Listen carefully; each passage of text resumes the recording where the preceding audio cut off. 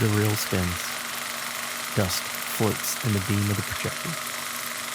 A teenage boy sits alone in an empty theater at midnight, watching the same black and white film he's seen every Halloween since he was 6. On the screen, Lon Chaney Jr.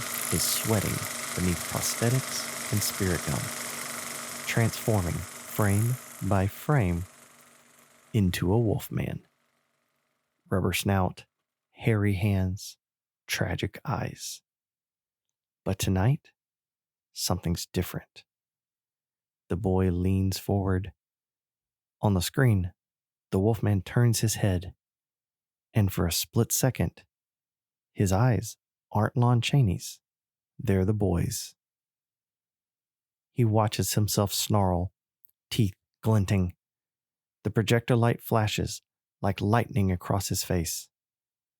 And suddenly, the theater is empty. Only the screen remains, flickering a message in scratched celluloid letters. Roll credits. The beast is in you.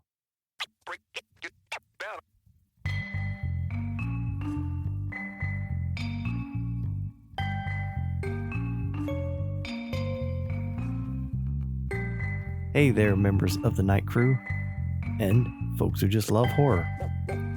Welcome to the Night Crew podcast, where shadows breathe and monsters listen. This is the podcast where we get cozy with the creepy, the frightening, and the just plain undead. I'm your host, Brad Ricks.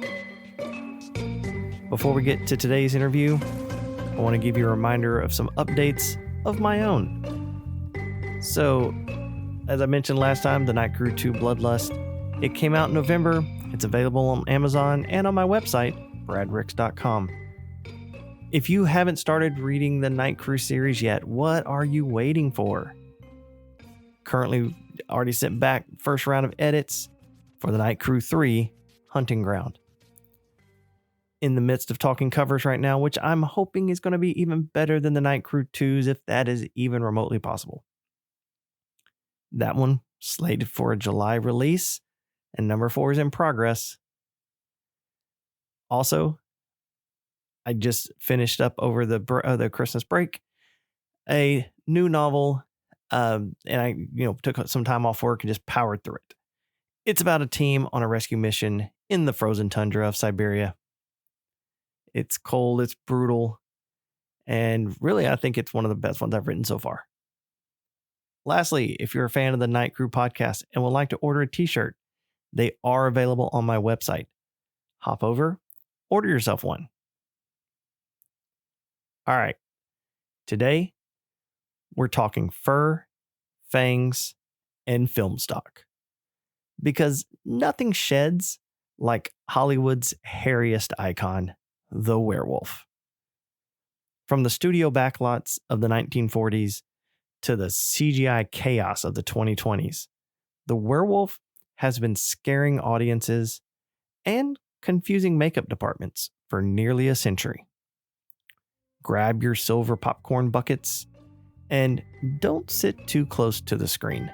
These transformations, they get messy.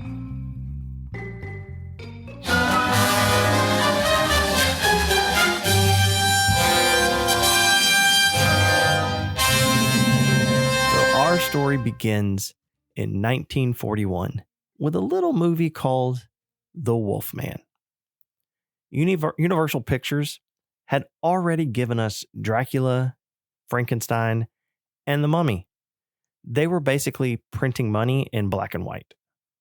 Then came Lon Chaney Jr., who spent 6 hours a day in Jack Pierce's makeup chair having yak hair glued to his face one strand at a time. Yep, you heard me right. Yak. Because apparently no one thought to ask the actors if they were willing to donate arm hair for art. Pierce invented the classic look, that flat snout, fur mask, tragic brow. And Chaney, he gave the monster a soul. Larry Talbot wasn't evil, he was cursed, sad, and ashamed. Bitten by fate, haunted by guilt, he became Hollywood's first relatable werewolf. But behind the scenes, things were hairier than the makeup. Chaney's suit smelled like wet dog and rubber. The lights were so hot, they nearly cooked him. By the final day of filming, crew members were calling him the barbecue beast. Still, the Wolfman became a hit and a template. From then on, every werewolf movie owed a debt to Larry Talbot's tragic howl.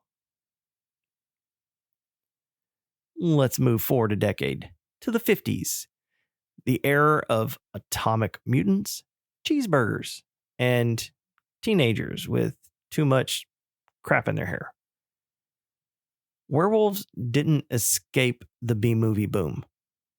You got I Was a Teenage Werewolf, which came out in 1957, starring a young Michael Landon, a little while before he ran into that house on that prairie. The movie was basically a public service announcement about what happens when you skip therapy and join a hypnosis experiment. Spoiler, you turn into a werewolf in biology class. It's like a cautionary tale about what happens when adults don't understand teenagers. The symptoms include mood swings, anger issues, sudden hair growth, murder. By the way, I have a few teenagers, so I can confirm the accuracy of all of this. And people ate it up. Drive-ins were packed. Couples hid behind burgers while actors hid behind rubber masks. The monster had become a metaphor for teen rebellion. The beast of puberty, literally sprouting hair in places you weren't expecting. Honestly, no monster understood acne like the 1950s werewolf. Now, if the 50s gave us the angsty wolf, the 80s gave us the gooey one. Let's just call 1981 the year of the transformation. Within months of each other, two movies changed monster cinema forever. The Howling and An American Werewolf in London. Both featured groundbreaking practical effects, bones stretching, snouts snapping, skin crawling like melting wax. Rick Baker won the first ever Oscar for Best Makeup for American Werewolf. And honestly, he earned it. No CGI, no cheat cuts, just latex, air bladders, and the pain of actor David Naughton screaming his lungs out while his hands turned into paws. Actors described the process as hot, claustrophobic, and emotionally destabilizing. But these movies did something genius. They mixed horror with humor. American Werewolf is funny right up until it rips your heart out. That balance, that's a secret sauce. Now, it was also the decade when werewolves became rock stars. They partied in nightclubs in The Howling 2. And of course, they danced in Michael Jackson's Thriller video. The 80s said, what if the wolf ruled? Cue Teen Wolf. Michael J. Fox becomes a werewolf and immediately wins basketball games, gets popular, and improves his hair situation. This is probably the most unrealistic werewolf movie ever made because becoming a monster actually improves his life. But it worked because it flipped the myth. Lycanthropy wasn't a curse, it was confidence. The message? Embrace your inner beast. And maybe join the basketball team. I mean, the theme was clear.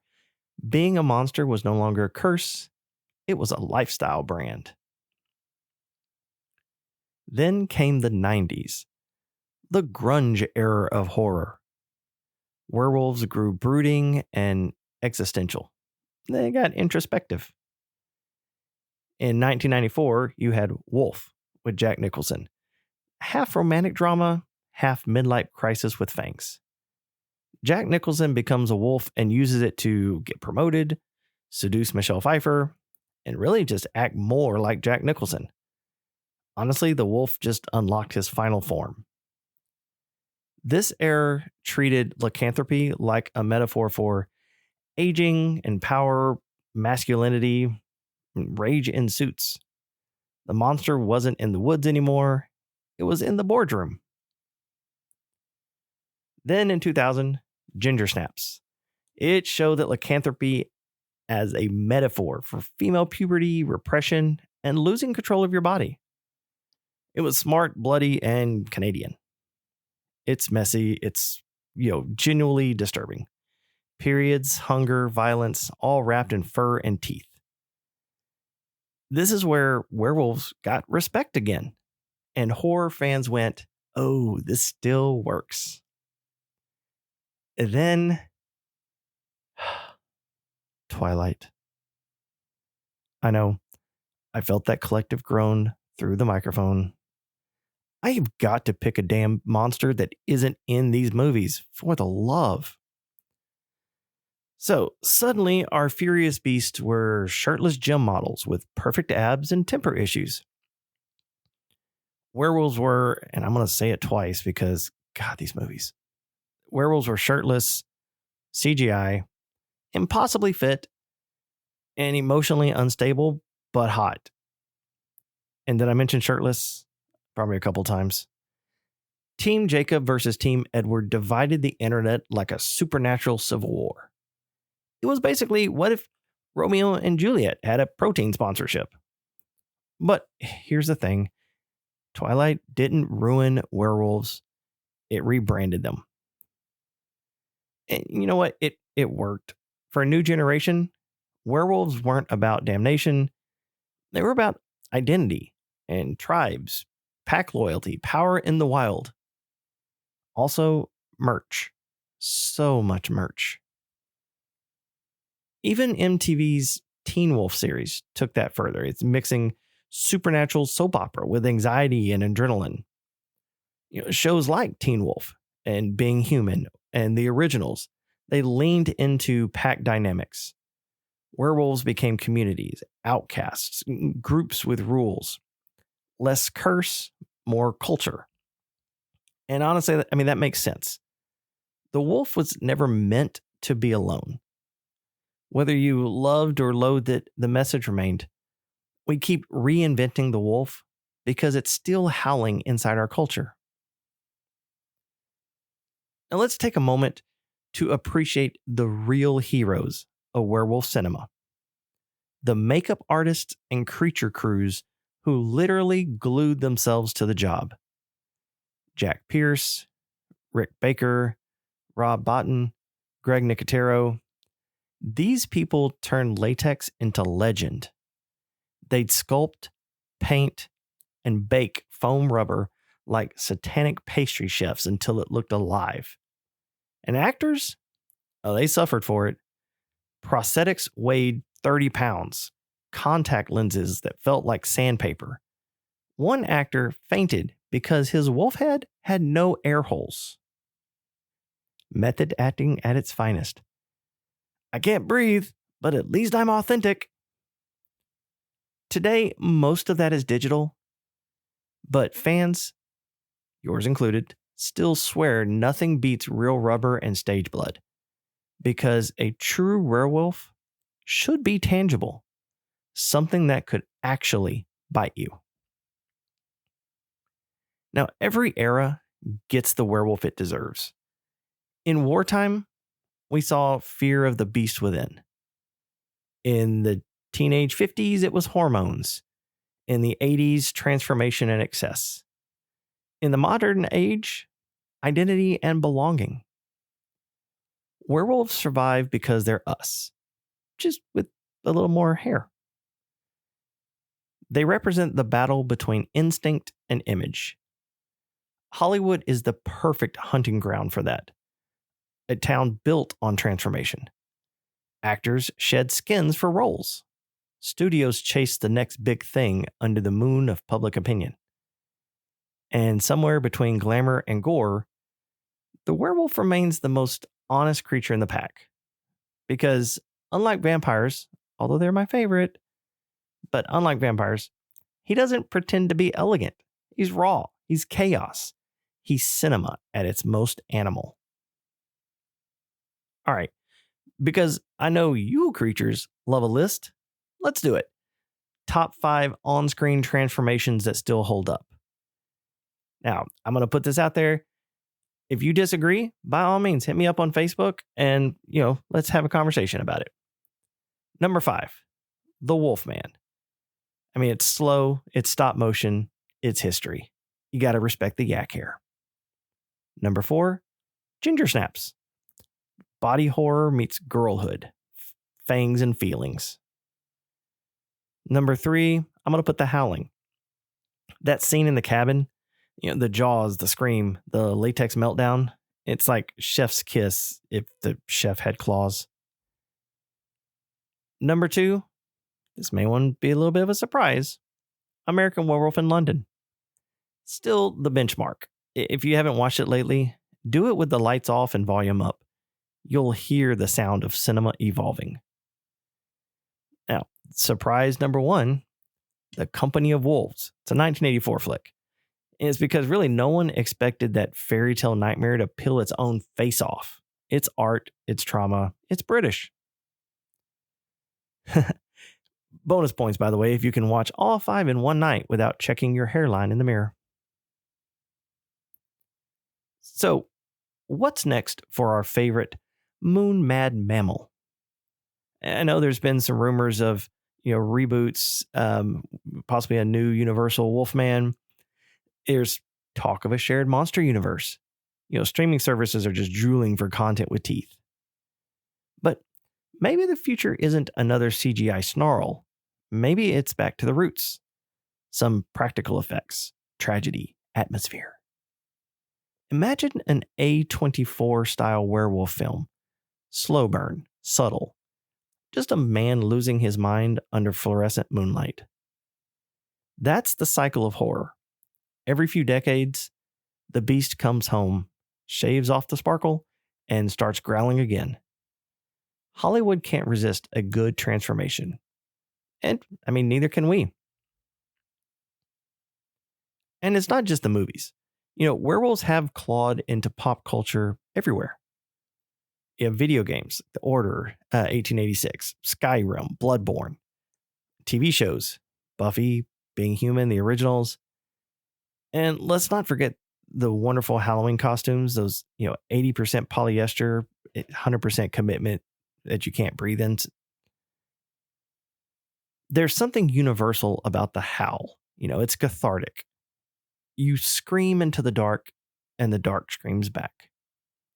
That's why fan conventions still have werewolf cosplays that look way too convincing at 2 a.m. in hotel hallways. There's something beautiful about that chaos. It's communal. It's the pack mentality in real life. Because deep down, none of us really want to kill the beast. We want to belong to it. Fun fact, the classic Hollywood werewolf howl isn't just a wolf. It's a mix of sounds layered together. Human screams, train whistles, and even cellos slowed down. Sound designers experimented endlessly to find the perfect blend of sadness and terror. It's not a hunting cry, it's a lament. That's why every good werewolf scene hits your chest. It's a lonely sound, the cry of someone losing control and begging to be understood. So, next time you hear that echo through your surround sound, remember, that's humanity calling from the woods. So, here's a theory, and you can quote me on it. Every creative person in Hollywood is a werewolf. Think about it. You live by day as a functioning adult, then you stay up all night sweating over a project, transforming into something unrecognizable. You emerge in the morning half human, half idea, and you're starving. Art is transformation. Fame is the full moon. And every actor who's ever starred or who's ever stared into a camera and felt that flicker of something primal, yeah, that's the wolf showing through. So maybe that's why Hollywood keeps returning to the creature. It's an unflattering self-portrait. The werewolf has survived everything: silver bullets, bad scripts, and questionable CGI. Because it isn't really a monster at all. It's a confession that we're all capable of howling when the lights go down. The real horror isn't fur and fangs. It's realizing that deep inside, we crave that release too. Every full moon, some part of us wants to break free of the human routine, the job, the image, the polite smile, and just run. And for 90 minutes in a dark theater, Hollywood lets us do it. Well, that's it for the Night Crew podcast and tonight's double feature. If you enjoyed our stroll through cinematic furballs, go rewatch An American Werewolf in London or Ginger Snaps. And remember, when the credits roll, tip your makeup artists. Also, if you had a good time, make sure to follow the show, share it with a friend, and leave a rating. Hopefully, that magical 5 stars. If you want updates on my writing, you can follow me on Facebook or TikTok at Bradrick's Author. You can find copies of my novels wherever you like to buy books. But if you hop over to my website, bradricks.com, you can purchase signed copies of any of my novels. And get yourself a Night Crew t-shirt while you're there. I'm Brad Ricks, reminding you to stay out of graveyards after dark, question people who don't show up in mirrors, and something around here smells like wet yak hair. Lon, is that you? All right, until next time, keep your curtains drawn, your sense of humor sharp, and your blood inside your body. See you under the next full moon.